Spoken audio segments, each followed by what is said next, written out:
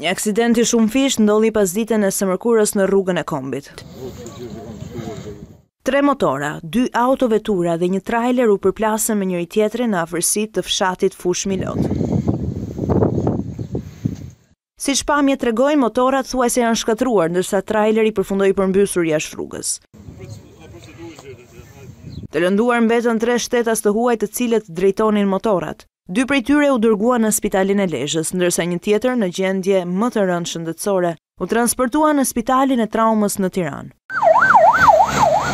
Për shkak të aksidentit, rruga u bllokua, duke shkaktuar radhë dhe pritje të gjata.